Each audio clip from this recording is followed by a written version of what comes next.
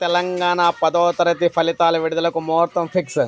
తెలంగాణ వ్యాప్తంగా 10వ తరగతి ఫలితాలకు సంబంధించి ఫలితాలకు డేట్ అయితే ఫిక్స్ అవ్వడం జరిగిందనమాట. సో తెలంగాణలో 10వ తరగతి పరీక్షా ఫలితాల విడుదలకు ముహూర్తం ఫిక్స్ చేశారు.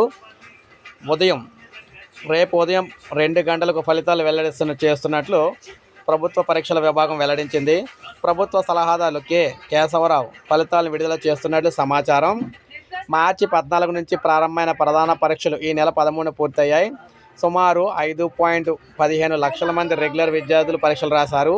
ఈ నెల 23వ తేదీతో జవాబు పత్రాల మూల్యాంకనం పూర్తయింది. మే మొదటి వారంలో ఫలితాలు విడుదల చేస్తామని ముందు నుంచి చెబుతున్నా తాజాగా ఈ నెల 29న చేసేందుకు రంగం సిద్ధమైందని చెప్పారనమాట.